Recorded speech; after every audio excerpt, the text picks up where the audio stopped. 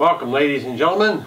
This is Les Walter International here, and we are here to talk about the best German beer in 2018. Well, before we out and just say what the German beer is, let's talk about how I got there. Back when I was in high school, it was legal to drink alcohol, 18 in Wisconsin, 19 in Iowa, and 21 in Illinois. Now, of course, in all states now it's 21, but I think that's kind of ridiculous, but that's a story for another time.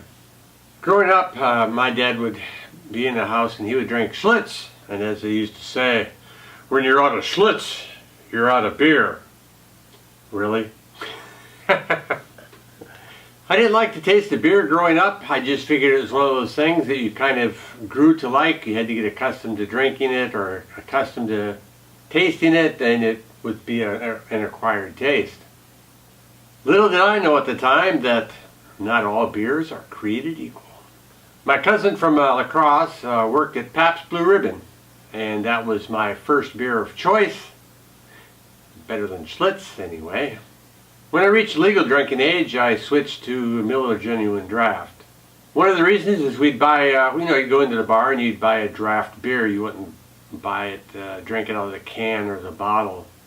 And Miller Genuine Draft, or MGD as we'd call it, was available pretty much anywhere you went. After entering the Marines, I tried drinking mixed drinks, but that would often end with disastrous results. Because when you're ordering a mixed drink, you can never tell how much alcohol is in them, and they go too quickly, and before you know it, you're in trouble. I couldn't stand the feeling of not being in control of my body when I had that much beer or alcohol to drink, so I quickly went back to beer. I knew the alcohol that was in it, and I could easily pace it. One of the beers that I tasted out in West was Henry Weinhardt's, so I kind of got a liking to that beer. I'm not sure what it was about the flavor, and it's been quite a long time since I've had one, so maybe we'll have to see if we can try that again sometime. I also liked Coors, but it was only available in some states at that time, so that wasn't readily available either. In 1984, I went to Okinawa, Japan, and tasted a few Japanese beers, mainly Kirin and Sapporo at the time. I also acquired a taste for the local Okinawan beer, Orion. They add a special ingredient to the beer that gives it its own peculiar flavor. You would have to taste it to know what I mean by that. Around 1985 to 86, made some trips to Korea and there tried their OB beer. It went down pretty good. There was one other beer, Crown. I think it was Crown at the time. But I preferred OB over Crown. From 86 to 97, I traveled back and forth between Okinawa, Japan, and California with little change in the beer that I drank. Between 97 and 2000, I made a port visit to Qingdao, China, and of course tried their Qingdao beer, and that was pretty good. After retiring from the Marines in 2000, I landed a job in Seoul, Korea. Even there, I'd stick to one of the local beers and not to change too much on the beer that I was drinking. I'm always that way pretty much. I go to a different place, I find a local beer that I like, and being the habitual animal that I am, then I would stick to that one beer. Made several trips to the Philippines, studying different operating systems like Red Hat and Solaris Unix, and while there, got to liking the San Miguel beer. It was great for drinking poolside after class, and especially with the heat and humidity you had in the Philippines. In 2011, I relocated to Germany. However, about a year prior to that, I was having some physical problems, so I had actually, at that time, wasn't drinking any caffeinated drinks, wasn't drinking any sodas, wasn't drinking any beer at all. Even being in Germany, I was able to easily resist having a beer. Then one day our landlord invited his tenants to like an outdoor dinner party, barbecue type thing, and he offered me a beer, and I didn't want to appear rude, so I went ahead and accepted the beer and had my first beer in quite a while. And that, as they say, is history. For some reason or other, I started watching CraigTube on YouTube, and there'll be a link to his channel in the description below. And I saw how easy it was to brew your own beer. By this time, I pretty much had found a beer that I kind of liked and was curious, well, when I go back to the United States, I'm not going to have this beer available. What can I do? So, as you will see by my Homebrew Wednesday videos, and I'll put a link down in the description below of that playlist, I started to brew my own beer. I had mixed results, but in the end, it turned out I was always having a problem between bottling time and then when it went time to actually drink the beer. I'm thinking that maybe something between there got contaminated, or my temperature control wasn't good, because they always tasted a little off, and so I kind of gave up on brewing beers.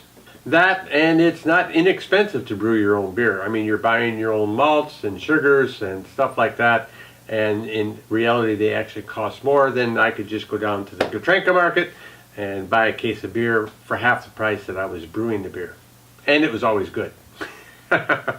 So besides brewing beers, once I saw that there were a lot of differences in flavors and stuff like that, I actually started tasting different beers that I could find, and I was putting those up on my YouTube channel as like a beer review, but it was more a beer review for me. Did I like it? Did I not like it? Would I buy it again?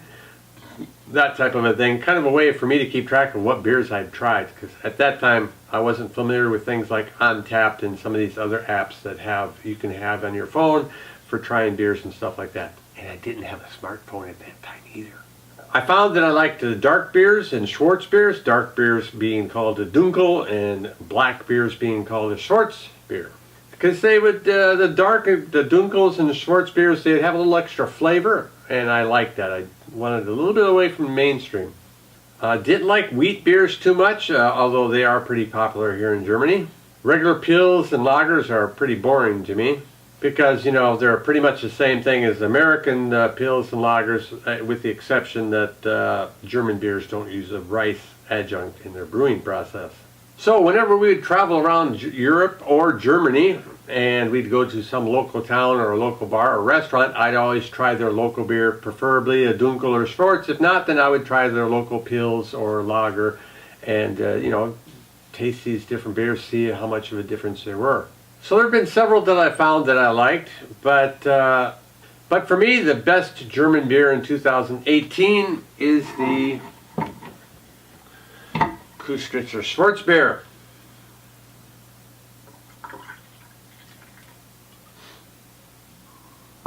Let's talk about the brewery first before we talk about the beer. So the following history that I'm going to give you about the brewery is what I took off of the Köstritzer Brewery website. I translated it into English, and that's what I'm going to give you here. So it's probably going to be a little bit, maybe a little bit dry. I'll try to keep it spiced up a little bit. So the Köstritzer Schwartz Bier Brauerei, or brewery, history. Köstritzer Schwartz Bier Brauerei was first mentioned in 1543 as the Köstritzer Erbschenke, making it one of the oldest breweries in Germany. In 1696, the Counts Reuss took over the brewery, which would then bear the name Knightly Brewery, or Ritterschaftliche Gutsbrauerei. In 1806, Emperor Franz II raised the Reuss to the rank of prince. The Knightly Brewery now becomes the Princely Brewery in Köstritz, or in German, Fürstliche Brauerei zu Köstritz. A defining moment of the recent success story is Rudolf Zirsch. He leased the Princely Brewery in 1875, and after a severe fire in 1829, he had restored it to its new splendor. The foundation stone for a new building on which the Köstritzer Brewery is still based, and production is increased significantly. In 1948, the brewery becomes a public property after the state of Thuringia expropriated it. As an export item, the beer specialty from Bad Köstritz will soon become a popular ambassador for Thuringian brewing. Sounds like something from Star Trek. Extensive reconstruction was done from 1979 to 1990. The Köstritzer Brewery has been part of a renowned family business since '91, and within a few years has become one of the most modern and largest breweries in Thuringia.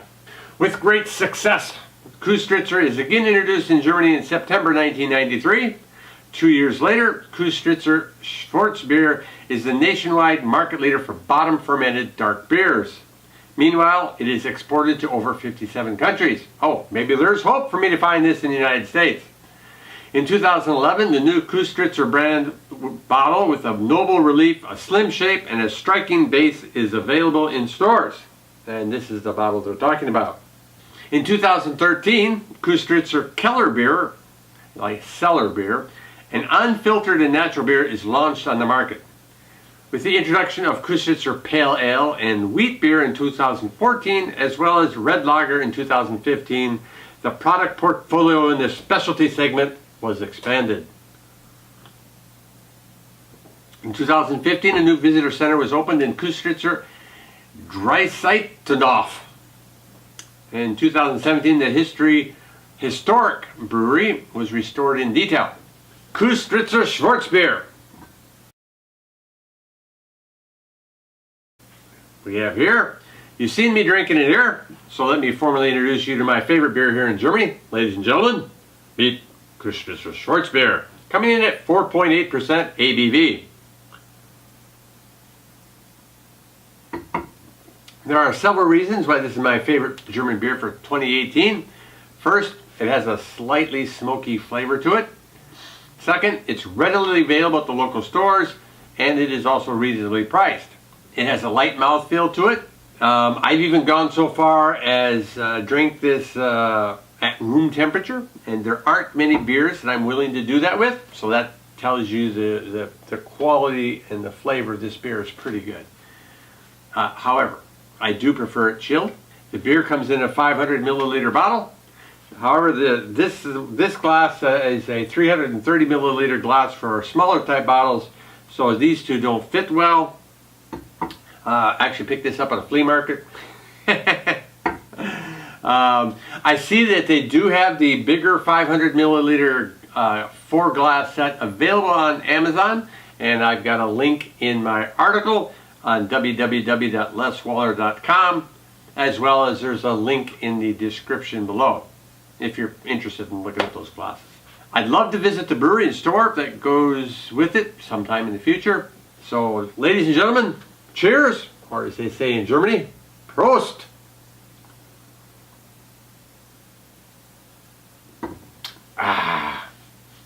Now I have a question or two for you. Have you ever tried a dark or a black beer? If so, what beers have you tried? Let me know in the comments below, and let's talk more about it. And that's pretty much it for the Köstritzer Schwartz beer, my 2018 best German beer. Thanks for watching, and remember, you get more with less.